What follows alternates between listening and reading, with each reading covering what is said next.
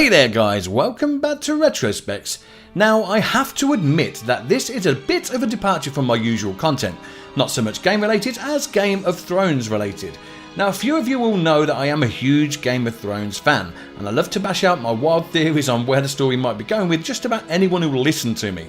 And then it struck me, I've got myself a YouTube audience, and although this may be a little bit of a departure and far away from the scrap mechanic videos and other gaming vids that you're used to, among you there will be some Game of Thrones watchers and followers that may also want to go through some of these theories with me, so I want to throw a few out there and see what you guys think. So obviously here we are at the end of Season 7, and now we face the cold, harsh, desolate void of emptiness between now and Season 8. But obviously we've still got our minds, we can still have ideas and we can still throw them out and see what we think about them, and I'd like to take a few minutes of your time to go through some of mine with you guys. Okay, so nobody should be surprised that Jon Snow is in fact Targaryen. That much has been obvious since Season 6 and Bran's vision of his father and Aunt Lyanna. But until now I had a theory that he may not be the only undiscovered Targaryen amongst the main characters of the show. Dany had 3 dragons, remember, and so it would seemingly make sense that she would require 3 riders to face a threat from the north. Of course we all know now that one of those said dragons, Viserion, has since fallen at the hands of the Night King, and so the need for the 3rd rider may seem to be rendered redundant. However, my theory may still hold some weight, so bear with me. Okay, is Tyrion Lannister a Targaryen? A stretch maybe, but hear me out on this one. So we know his father Tywin disliked him for all of his life, presumably for being a dwarf and for blaming him for the death of his wife Joanna. But could there be a little more to it than that? In the books there is much more told of Joanna, and in particular for being claimed one of King Aerys Targaryen's whores by his wife and sister Queen Rhaella Targaryen, who dismissed her from King's Landing for that very reason. Now although the union between Aerys and Joanna has not been described in any great detail, we do know that the dates of her conception with Tyrion are years after she was dismissed from her service at King's Landing. However, she did return to King's Landing at around the right sort of time to have conceived Tyrion. If some sort of union did take place between her and Aerys at this time, either consensually or otherwise, Tyrion could be the result. It is said that Tywin despised the affection shown towards Joanna from King Aerys. However, he was too besotted with her to do anything about it, as she was the only one true love of his life. Could it be that Tyrion is Aerys' son, conceived in secret? Maybe Tywin didn't even know, or maybe he did but was too ashamed to admit it. Along with Tyrion's obvious deformities, this would only further blemish the Lannisters' name in his eyes. Also remember, he had just lost his wife in childbirth, so any mention of this kind of truth would not only tarnish House Lannister, but also bring shame to his late wife's name, and why would he want to do that?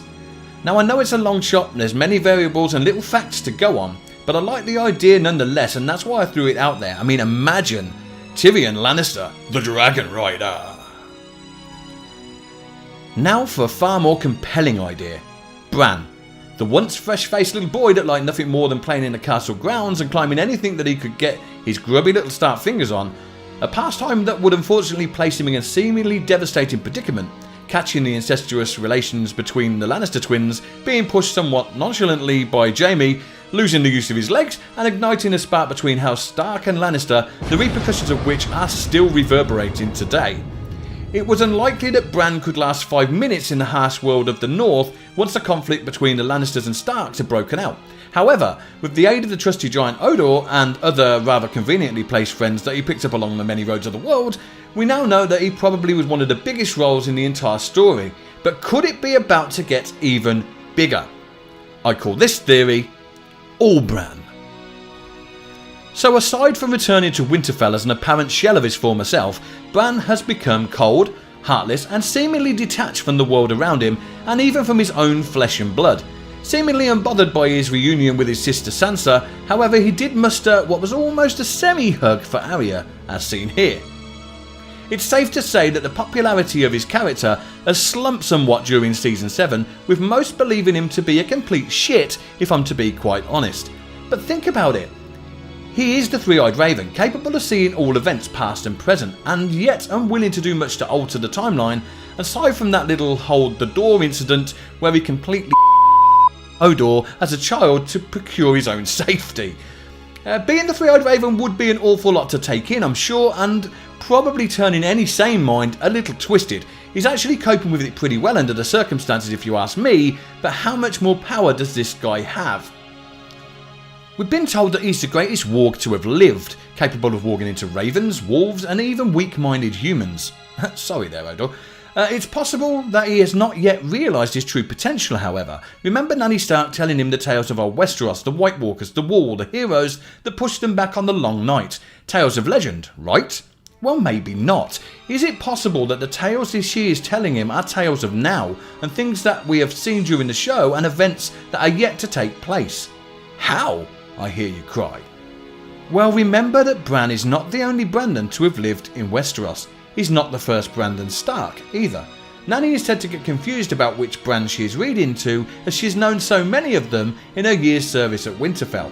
But perhaps the most well known of them all is Brandon the Builder, the guy that some 8,000 years ago, according to legend, put up that towering monstrosity of ice and magic that protects man against a threat from beyond, the Night King and his army of undead set on marching on the lands of man and claiming all that fall as part of his unholy army. Brandon the Builder is a true figure of legend, founder of House Stark, builder of Winterfell and the Wall, but more importantly maybe, he is seen depicted, seated and carried. Could it be that he too is unable to walk? And to take that one step further, could Bran be Bran? All Bran. Now we know he can travel through time, at least mentally, as he did it before on numerous occasions and saw events from the past. We also know that he can affect the past too and alter those events, as he did with the aforementioned Odor incident, but if we want to go one better than that, what if he could actually travel physically back in time, becoming the founder of House Stark, the legendary Bran the Builder? Still with me? So why would I think this was possible? Well, there are a few reasons for this. As we all know, stories will get distorted with time, tales become greater, heroes stronger, and thus legends are born. So let's take a look at some of the tales of legend. Firstly, Lan the Clever, founder of House Lannister, a man that tricked the Castleleys from Casterly Rock. Sound like anyone you know?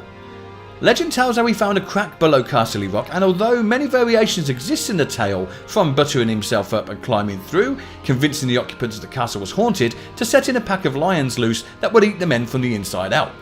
Perhaps the most compelling is the tale that he used a passage beneath the rock to send a horde of rats that would overrun the city and thus claim it back for himself. Sound familiar? Could that said passage be the sewer tunnel that Tyrion had built for his own gain, the same passage that he sent an army of Unsullied to take back Casterly Rock? If you think of the Unsullied as the rats or even the lions of this tale, then we begin to draw some parallels. Lan the Clever, Tyrion Lannister, not a great stretch of the imagination really. Tyrion is easily the cleverest character in the show, in my opinion anyway. So do I have any other reasons? Well, of course I do. What about Azor Ahai? Legend tells of him being a great hero, a follower of the Lord of Light, who defeated the others on the Long Night, wielding his mighty sword Lightbringer. Okay, so do we know of any followers of the Lord of Light that go around brandishing large flaming swords? Well duh, Beric Dondarrion sure seems to fit the profile, doesn't he? As for the tales of the prince that was promised, they say that he shall return, born again, to push back the forces of evil to whence they came, way up north.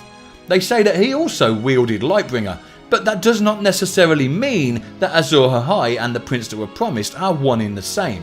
For one, although the prophecy is shared amongst the followers of the Lord of Light, it does not state that the prince himself followed the Lord, only that he brandished Lightbringer. More importantly, it does state the prince is of Targaryen descent and born amidst smoke and salt, sounding a little bit more like our beloved Jon Snow if you ask me, or should I say Aegon Targaryen. Well, Jon was certainly reborn, that much is true. And Miss Smoke and Salt, well, that could be descriptive of the ceremony that Melisandre performed, and obviously he is a Targaryen. Wielding Lightbringer would likely mean that Beric had fallen, and Jon, realising the importance of Lightbringer, wields the mighty sword to fulfil the prophecy. So what if these are not just stories of legend? What if this is the first time the walkers have ever woken, the first time they've walked down south and past the wall? We're looking on these events as though this is history repeating itself, but it doesn't have to be that case. It would take someone very powerful, of course, to go back and spread these tales, to perpetuate them and ensure that they're passed on generation to generation through the ages until the day that we would need them again to prepare mankind for the threat that was coming from the north. Winter is coming. Okay, so this whole Tyrion being Lan the Clever, Jon being the prince that was promised, Beric being Azor Ahai, and Bran being Brandon the Builder may all seem a little far-fetched, pie in the sky, and they're likely miles off the mark with most of what I've said today, but I like to consider all of the possibilities because there's a long time to go until Season 8, at least a year, maybe more. We've come a long way to find you, Brandon. And we have much farther to go. Okay guys, well I hope you've enjoyed this little tangent moment with me, and I'd like you also to share your Game of Thrones theories with me. And if you'd like to do that, please do so in the comment section below or on my Discord group. I'll give you a link in the description. But as always, if you've enjoyed this video, then why not spank the hell out of that thumbs up button, and don't forget to subscribe for more retrospects. And until next time, see you soon and bye for now.